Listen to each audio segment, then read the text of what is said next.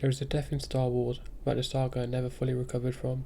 Not Padme, not Obi-Wan, not even Anakin Skywalker on the operating table, breathing his first mechanical breath into a suit that would define him for the rest of his life.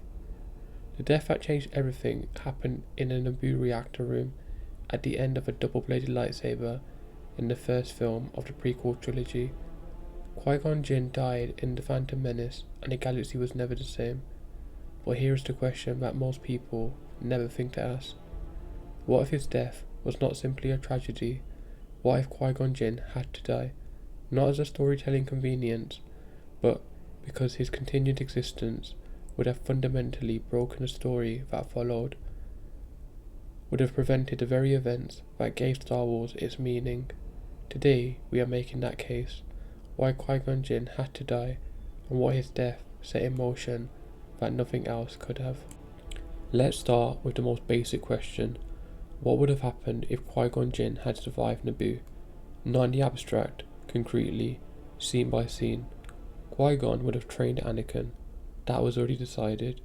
He had declared his intention before the council, defied their refusal, and made clear that he would train the boy with or without official sanction. If he lived, Anakin becomes his Padawan, not Obi-Wan's. And here is where everything unravels. Qui-Gon Jinn was the one Jedi in the entire Order who might actually have been able to reach Anakin Skywalker. Not because he was more powerful than Obi-Wan, and not because he was wiser than Yoda, but because of something far simpler and far more important. Qui-Gon did not follow rules that he believed were wrong. He had spent his entire career defying the Jedi Council when his conscience told him the Council was mistaken. He took Jar Jar Binks under his protection when it was inconvenient. He freed Anakin's mother when, actually, he tried to and failed, which was a separate tragedy. He followed the living force rather than the cosmic force, the immediate, present, specific core of what was in front of him, rather than the abstract requirements of doctrine. This quality, this refusal to subordinate his genuine perception and wrong to institutional authority was exactly what Anakin needed in a master. Anakin's fundamental wound was not his love for Padme, it was not his fear of loss, those were symptoms. The wound was this: he was a boy who had been raised in slavery, who had experienced real powerlessness, and who had been placed inside an institution that told him his feelings were wrong and his instincts were dangerous. The Jedi Order told Anakin to suppress, Qui-Gon told Anakin to listen. Under Qui-Gon's training, Anakin's fear of loss, the fear that drove everything, would have been addressed differently, not suppressed and redirected, acknowledged, worked with, met with the kind of honest, present attention that the living force demanded, and that the Jedi Council's orthodoxy actively discouraged. Would Qui-Gon have saved Anakin? Nobody can say that with certainty, but the story could not risk finding out, because the story of Star Wars at its deepest level is not about the Jedi winning, it is about what happens when an institution loses its way, and Qui-Gon Jinn alive was an institution finding its way back. He had to die so as the institution could continue losing it. The second thing Qui-Gon Jinn's death set in motion was the making of Obi-Wan Kenobi. Not Obi-Wan the Padawan, he already existed. Obi-Wan the Master, the Obi-Wan who would train Anakin, lose him, survive Order 66, spend 19 years in a desert, and ultimately face his former student one last time on the Death Star. The Obi-Wan was created in the reactor room on Naboo. Before Qui-Gon died, Obi-Wan was talented, slightly rebellious Padawan who was almost ready to be knighted. He had a complicated relationship with his master, admiration mixed with frustration, loyalty mixed with genuine philosophical disagreement about how to operate as a Jedi.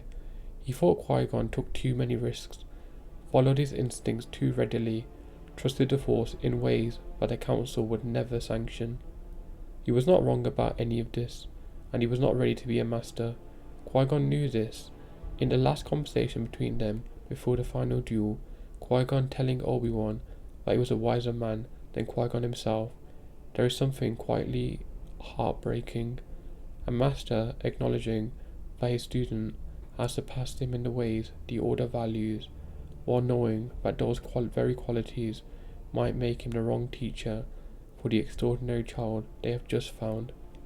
And then Qui-Gon died, and Obi-Wan made a promise over a dying body they had no business making and had no choice but to keep.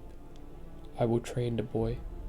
This promise, made in grief, made in shock, made in the immediate aftermath of watching his master die, defined the next decade of Obi-Wan's life. He trained Anakin not because he was the right teacher for him. He trained Anakin because he had promised a dead man, because the Force and circumstance and the weight of that reactor room moment left him no other option. This is crucial to understand everything that follows. Obi-Wan trained Anakin with love, genuine, deep, brotherly love that the Jedi Order had no framework for, and that Obi-Wan never fully knew what to do with.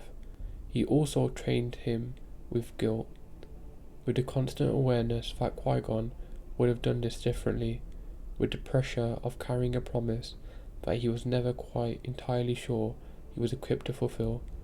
He suppressed Anakin's emotions because the Jedi Code said to, and because he did not know what else to do. He maintained his distance when closeness was needed. He followed doctrine when the instinct should have been to lead. Not because he was a bad master, because he was a good Jedi who had never been taught to be anything else, and whose own master, who might have shown him another way, was dead. Qui-Gon alive meant Obi-Wan never carries that promise, never becomes Anakin's master, probably became a conventional, highly skilled Jedi Knight, excellent, principled, somewhat by the book. Qui-Gon dead means Obi-Wan becomes the most important Jedi of his generation, the one who survives, the one who preserves the knowledge, the one who, decade later, guides Luke Skywalker towards the destiny that saves everything. His entire arc required old Qui-Gon's death to ignite it. The third and most devastating thing Qui-Gon's death set in motion was Anakin Skywalker's relationship with loss. Qui-Gon was the first person that Anakin had ever encountered who saw him completely and chose him anyway, not as a prophesied instrument, not as curiosity, as a boy worth knowing, worth protecting, worth the political cost of defying the Jedi Council and the personal cost of taking on a second Padawan when he already had one. Anakin loved Qui-Gon immediately, completely, with the total emotional commitment of a 9-year-old who had never had a father, and suddenly what one might feel like. And then Qui-Gon died, in front of him, behind a laser barrier he could not cross, in the arms of Obi-Wan, while Anakin watched from a distance. This moment, barely examined in the films, but of enormous psychological significance, established a pattern that would define Anakin's relationship with love for the rest of his life.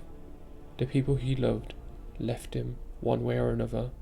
His mother had been left behind on Tatooine, not dead yet, but gone, separated by him because of circumstances he could not control and a Jedi code that told him attachment was wrong. And then Qui-Gon, dead before the relationship had barely begun. Then years later, his mother again, this time actually dead, in his arms, and the last words she spoke were his name. By the time Padme's death became a recurring nightmare, Anakin was simply afraid of losing his wife.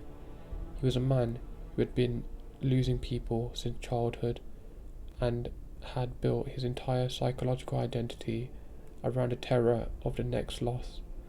Qui-Gon alive meant one less loss, one more anchor, one more person in Anakin's life who genuinely understood him and had chosen to stay. The story needed Anakin to be a man running out of anchors, and so it took Qui-Gon first. Here is the angle nobody talks about. Qui-Gon Jinn's death was the Jedi's Order losing its conscience. Not its power, not its numbers, its conscience. The internal voice that said, "We are doing this wrong," and was uncomfortable enough and persistent enough that the Council could not simply ignore it. Qui-Gon had spent his entire career being that voice. He had been denied a seat on the council, almost certainly because the council recognised that Qui-Gon Jinn on the council was a permanent, principled, force-backed argument for changing the things the council did not want to change. Better to keep him in the field, where his independence was an asset and his philosophy was someone else's problem.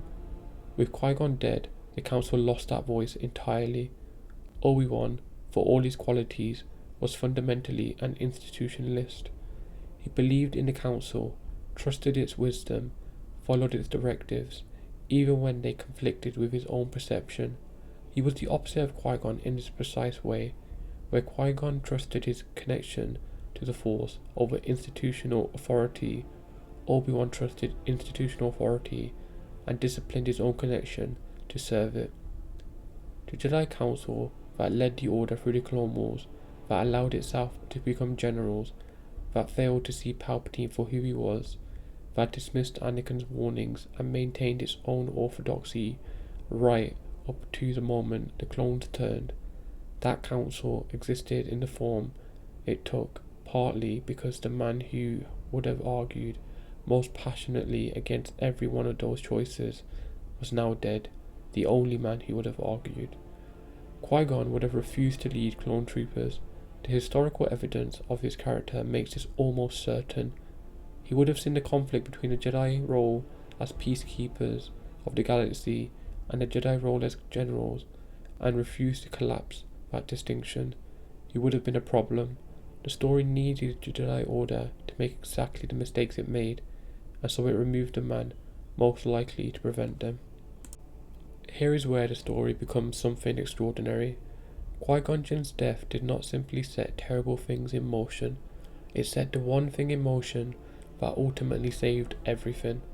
In death, specifically because of how he died and what his particular connection to the living force allowed him to discover in the space between living and gone, Qui-Gon became the first Jedi of the modern generation to achieve conscious immortality, the first to discover how to retain his identity and consciousness within the Force after death.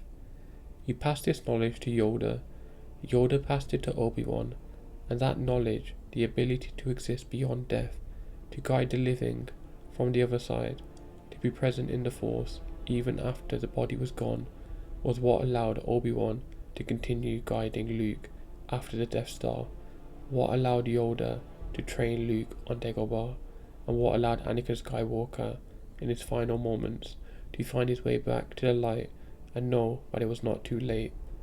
The entire chain of guidance that produced Luke Skywalker's victory began with Qui-Gon's death. He could not have discovered conscious immortality while living.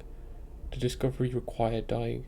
It required him specifically, with his particular connection to the living force, his particular philosophy, and his particular willingness to trust what the Force showed him, even when it contradicted everything he had been taught. He died, and in dying he gave the Jedi something they never had before, a way to survive their own extinction. Qui-Gon Jinn had to die, not so the story could continue, so the story could eventually, impossibly, and triumphantly end the way it needed, on Death Star, in the reactor room, with a father choosing his son. He set all of this in motion from a reactor room on Naboo, and brought balance to the Force in the most peculiar way anybody can think of. Qui-Gon Jinn lived for 60 years and changed the galaxy in the last 48 hours of his life. He found the Chosen One, he defied the Council one last time, he died before he could see what any of it meant, and in dying he gave the Force a gift it had not known how to give itself, a Jedi who could come back and restore balance through contemporaries. The tragedy of Qui-Gon is not that he died too soon, it is that he died exactly when he needed to, and spent the rest of eternity watching what made it possible by giving his faith into the living Force. Please drop your thoughts in the comments. Do you think Qui-Gon could have saved Anakin if he lived, or was the fall always inevitable? If you guys have any ideas, please just tell me in the comments, and I will endeavour to make a video or a holocron on them. Subscribe if you liked the video, and also if you could drop a like, it means a lot. May the force be with you always.